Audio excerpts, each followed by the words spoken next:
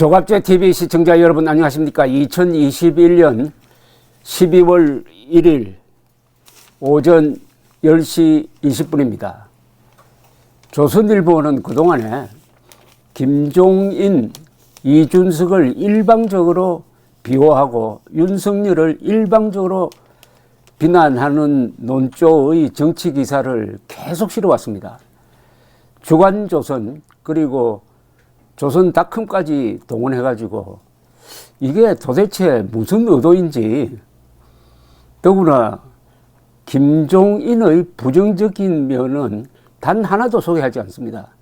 김종인의 부정적인 면이라 하면은 뇌물정과자, 그리고 5번에 걸쳐서 비례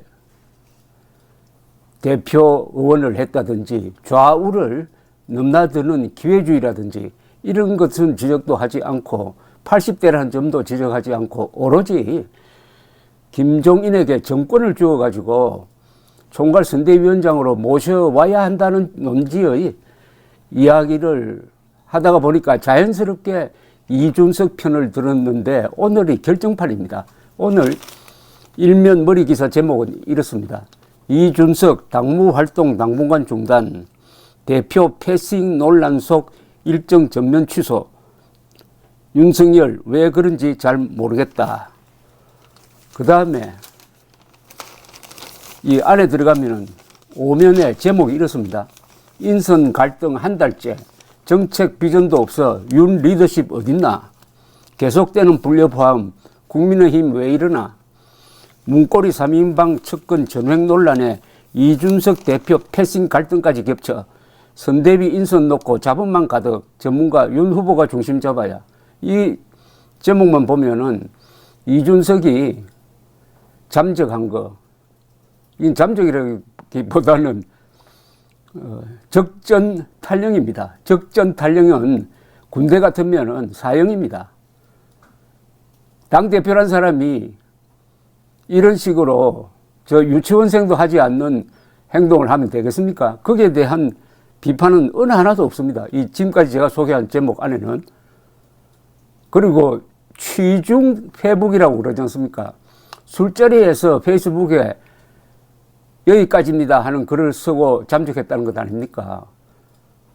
아니, 당대표면은 자기의 소견은 정상적인 절차를 거쳐서 밝히고 내부적으로 이야기를 하고 이견이 있으면은 그 안에서 해결을 해야지 동네방네 떠들고 다니다가 안 먹히니까 이런 식의 행패를 부리고 있는데, 거기에 대해서 조선일보가 단 한마디의 지금 제목도 나오지 않습니다. 지금까지 조금 이따 더 소개해 드리겠습니다만, 그러면서 이 모든 책임을 윤석열에게 전가하고 있습니다.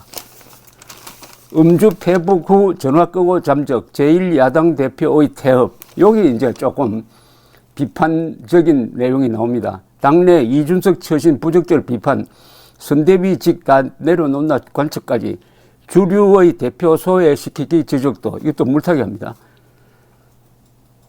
지금 따져야 될 것은 당대표가 이런 식의 처신을 해서 되느냐 하는 그것만 따지면 되지, 여기에 또 주류의 대표 소외시키기 지적도, 아니 주류가 대표를 소외시키면 이런 식으로 행동해도 된다는 이야기입니까?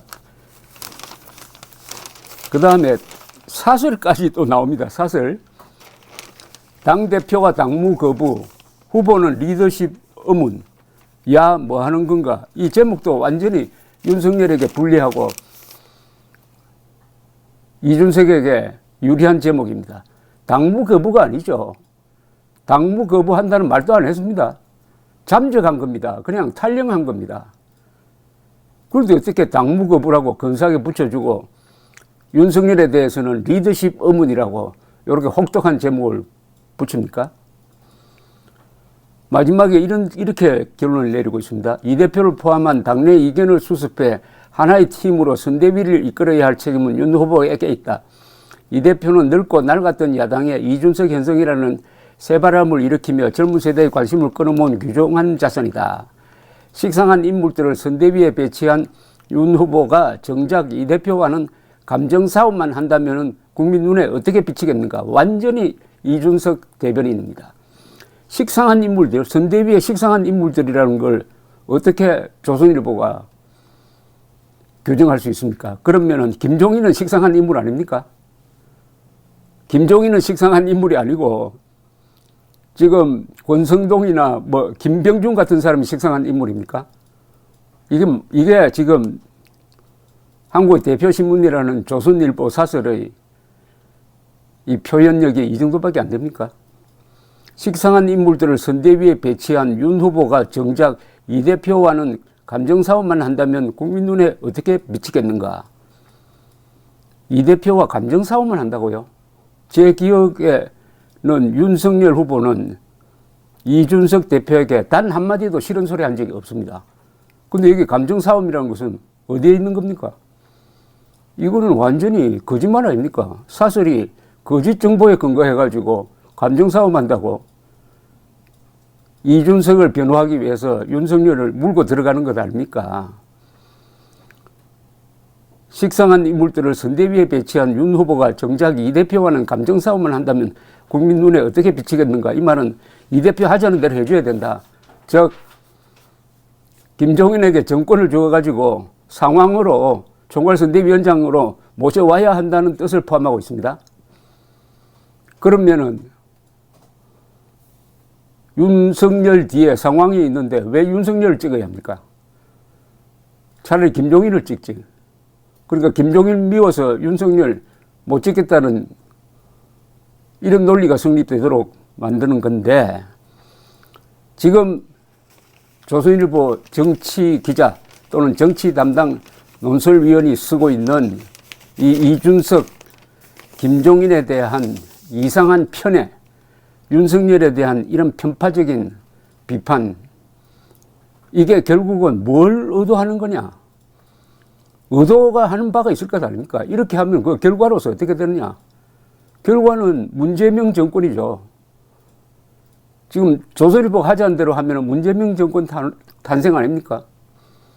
아니, 이 세상에 대통령 후보가 자기 선거팀을 꾸리는데 조선일보가 들어서가지고 80대 되는 노인을 받아들으라고 이런 식으로 강권하고 말 듣지 않는다고 이준석을 비판하는 게 아니라 윤석열을 비판하고 이준석의 이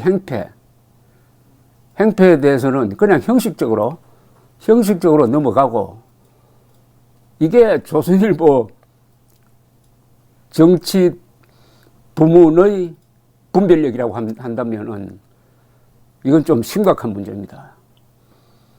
박근혜 전 대통령 탄핵에 결정적 역할을 한 언론사가 두 개 아닙니까?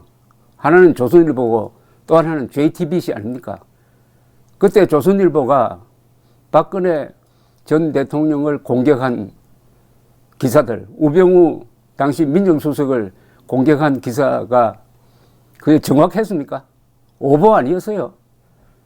특히 우병우 당시 민정수석의 장모 땅 매매에 대한 의혹 보도는 다 나중에 오보로 밝혀졌잖아요. 그게 박근혜 전 대통령 탄핵의 도화선이 된 것 아닙니까? 조선일보는 원죄가 있습니다. 박근혜 전 대통령을 무너뜨린 원죄가 있는데 마침 이제 이 반문명 세력으로부터 정권을 되찾을 수 있는 결정적 기회가 왔는데 지금 조선일보는 누구 편에 서 있습니까? 어떻게 하자는 겁니까? 이건 저널리즘이 아닙니다. 저널리즘은 뭡니까? 사실은 신성하다. 논평은 공정해야 된다. 지금 이게 사실입니까? 식상한 인물들을 선대위에 배치한 윤 후보가 정작 이 대표와는 감정 싸움만 한다면 국민 눈에 어떻게 비치겠는가? 이게 사실입니까? 이게 사실에 기초한 공정한 논평이냐 이겁니다. 감사합니다.